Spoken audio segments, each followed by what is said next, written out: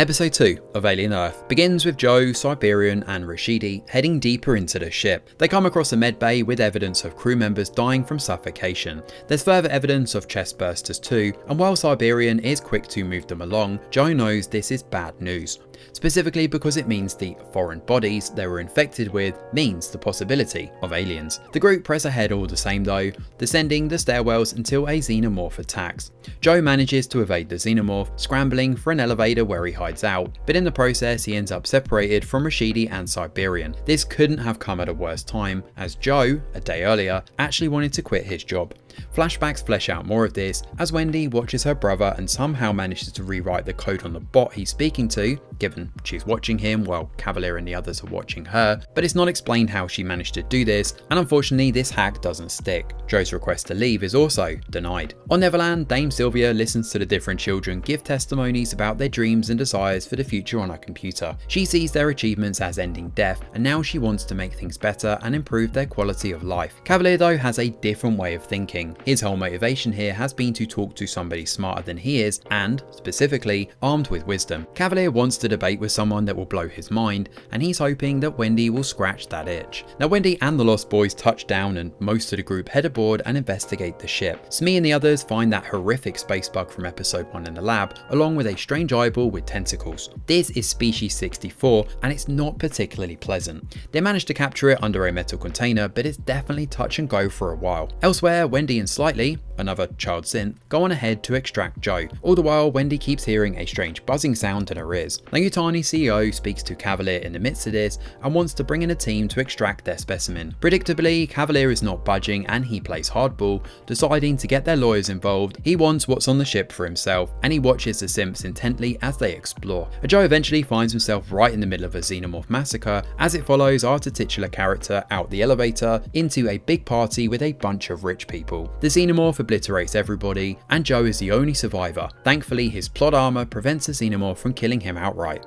Surprisingly, it's Morrow who manages to catch up to the alien first, and he shocks it into submission. He does the same to Joe though, before shooting the xenomorph with a strange gel that causes a cocoon to grow around it. At the elevator shaft, more soldiers arrive and hold Morrow up at gunpoint. This allows the xenomorph to burst free and massacre everybody, except Morrow. The xenomorph and Morrow are gone by the time Slightly and Wendy arrive, and they follow the blood inside, where they find Joe is awakened and is currently reminiscing over baseball. Are you stupid or something? Until Wendy shows. They convince Joe to go with them, and he tags along for the time being as they make it back on the ship. When he learns that Marcy has been put inside this synth body, Wendy, Joe wrestles with the truth and eventually believes her when Wendy remembers core memories that only Marcy would have had. Back in the lab, Kirsch connects to the commuter and learns more about this research vessel. He notices a holding area with eggs on the monitor and sends poor Smee down alone to investigate. However, he also messages for Wendy to head to the front of the ship to secure the cargo with Smee too. The group do just that and head to the front of the ship, where they find various alien eggs on the ground. However, the xenomorph returns and grabs Joe and throws him off the edge of the ship to the depths, prompting Wendy to rush after him, which is where episode 2 comes to an end. So Alien Earth continues to chug along here, and it's becoming increasingly clear that the creators of this have no idea what made Alien and Aliens tick in the first place. The character arc at the centre of this is Wendy and her kid brother Joe, but the dynamic between them feels artificial, for lack of a better word. We've seen Joe attacked by the xenomorph twice here, and both times he managed to survive through the power of plot armor. Then, when he awakens after the second attack, he's not panicked or worried, he just thinks about a baseball from his past. Really? Does that seem like actual human behaviour? Anyone would think that he's probably the synth here. He never once corrects the others about the bear attack that they mention outside, nor is he particularly scared or worried about the xenomorph. These type of moments are littered across the series, with multiple different characters acting irrationally or in a way that serves to push the plot along rather than acting in a realistic manner. The crash ship is still a big point of contention here too, because the idea of Yutani wanting their ship and Kavalier refusing is completely undermined by the fact Yutani are in control of Saturn and Mars, so they could have intercepted the ship or at least tried to move it off course in some way. And the idea that all these corpos had no idea this ship was hurtling for Earth until the last second, despite quite clearly seeing it almost crash into the moon, is another tough pill to swallow. It's really not helped by the lackluster acting, and it seems the workaround for this has been the idea of kids in adult bodies, but it does nothing to save characters like Boy Kavalier, who's an evil trillionaire and smarter and better than everybody, which is why he's creating simps.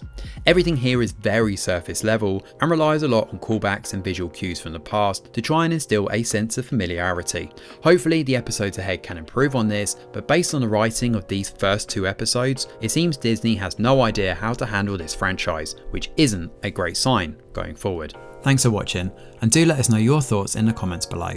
Smash a like or subscribe to the channel, your support is very much appreciated.